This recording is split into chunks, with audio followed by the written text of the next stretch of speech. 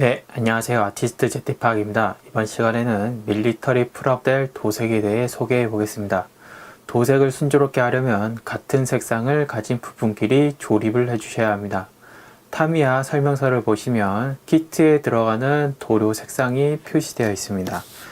네, 이런 식으로 타미야의 도료 색상이 도색에 쓰이는 색상이 표시되어 있고요.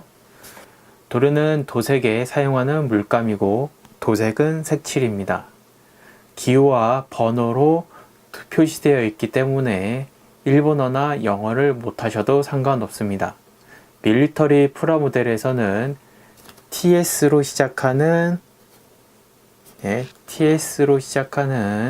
라카 스프레이와 X와 XF로 시작하는 에나멜이 있습니다. 아크릴과 에나멜은 같은 기호를 사용하지만 병의 모양과 속성이 다릅니다. 자, 왼쪽에 보이는 것이 아크릴이고 오른쪽에 보이는 것이 에나멜입니다. 병의 모양과 속성이 다르기 때문에 아크릴 위에 에나멜을 올려서 사용하기도 합니다. 그리고 요게 TS로 시작하는 타미야 라카 스프레이입니다. 라카, 아크릴, 에나멜은 같은 유성이지만 휘발성의 차이로 분류합니다. 그래서 휘발성의 차이로 부분 도색이나 워싱이라는 닦아내기 기법이 가능합니다. 저는 라카로 도색을 하고 아크릴 도료로 부분 도색을 하고 에나멜로 먹성과 웨더링을 표현해 줍니다. TS는 모든 락하계 도료로 대체가 가능하고 아크릴과 에나멜도 회사가 달라도 대체가 가능하지만 가능하면 같은 회사로 통일하는 것이 안전합니다. 주 도색인 락하계 도료는 별도의 컬러 가이드를 통해 위장 무늬를 안내하고 있습니다. 이런 식으로 별도의 컬러 가이드를 사용해서 위장 무늬를 안내하고 있고요. 하지만 부분 도색의 경우 설명서 조립 과정에 나오기 때문에 부품 분할을 하려면 설명서 전체를 봐야 합니다. 이런 식으로 설명서 중간중간에 나와 있습니다. 조립 후에 부분 도색을 해도 되지만 조립하기 전에 부분 도색을 하면 더 편합니다. 왜냐하면 조립 후 부분 도색을 하려면 보이지 않는 면까지 칠할 수 없어서 자연스러움이 떨어지고 원하는 부분만 도색하기가 어렵기 때문입니다. 또한 설명서에 있는 색을 비슷한 색끼리 묶어주기도 합니다. 설명서에서 안내하는 색이 종류가 적으면 일일이 칠해줘도 괜찮지만 설명서에서 안내하는 색이 많을 경우 비슷한 색끼리 묶어서 작업의 효율을 높이기도 합니다. 예를 들어 X18과 XF1의 차이는 반광 블랙과 무광 블랙의 차이이기 때문에 유광 블랙을 칠한 다음 마감제로 반광과 무광을 구별해줘도 되고 무광 블랙으로 통일해도 문제가 없습니다. 왜냐하면 반광과 무광의 차이는 플랫 베이스가 얼마나 더 많이 들어갔는지의 차이이기 때문에 겉으로 봐서는 반광과 무광이 그렇게 많이 차이 나지는 않습니다.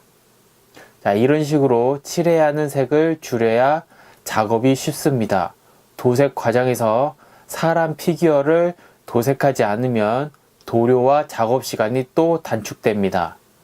도색에서도 합의점을 찾는 것이 중요합니다. 도색 후 조립인지 조립 후 도색인지 궁금하시다면 제 대답은 적당히 조립하고 도색한 다음 다시 조립하고 마무리를 하는 것입니다. 제가 하는 말이 무엇이냐 하면 같은 색끼리 조립을 해서 도색을 하고 도색 후 조립해서 마무리를 하는 것입니다. 백문이 불여일견 직접 해보시면 왜 적당히라는 말을 하는지 알게 되실 겁니다. 어디까지나 조립을 하고 어디까지 도색을 할 것인지 답이 정해져 있는 것이 아니라 스스로 결정을 하는 것이기 때문입니다. 설명서를 보면서 같은 색이 들어가는 부분끼리 조립을 해줍니다. 자, 설명서를 보면서 같은 색이 들어가는 부품끼리 큼직하게 조립을 해줍니다. 조립을 해도 부분 도색이 가능하다면 이제 조립을 해 주셔도 되고, 조립을 하면 부분 도색이 어려운 부분이라면 조립을 하지 않는 게 좋습니다. 안테나나 크레인 같이 조립을 하면 부러질 수도 있는 부분도 따로 조립해 놓으면 좋습니다. 자, 이런 식으로 부러질 수 있는 안테나나 크레인 같은 이런 작은 부품은 따로 조립을 하는 것이 좋습니다. 밀리터리 프라모델을 도색하기 전에 부품 분할을 해 주었고요. 어떻게 부품 분할을 해 주었냐면은 일단은 앞에 포구를 뗄 수 있고요. 그 다음에 위판과 아래판을 분리시킬 수 있고요. 아래판 같은 경우에는 플라스틱 무한궤도 캐터펠트가 분리될 수 있도록 부품을 분할해 주었고요. 위판의 경우, 만약의 경우 분리될 수 있도록 이런 식으로 분리될 수 있도록 만들어 주었습니다. 네, 밀리터리 프라모델에 동봉되어 있는 이제 인형 피규어, 사람 피규어는 발판이 없습니다. 그래가지고 이제 세울 때 이제 간신히 세우고 또 세워도 막 물리적인 충격을 조금만 받아도 그냥 쉽게 쓰러지는 경향이 있는데요. 이제 그거를 예방하기 위해서 이런 식으로 프라판을 조그맣게 잘라 발판을 만들어 주시는 것이 좋습니다.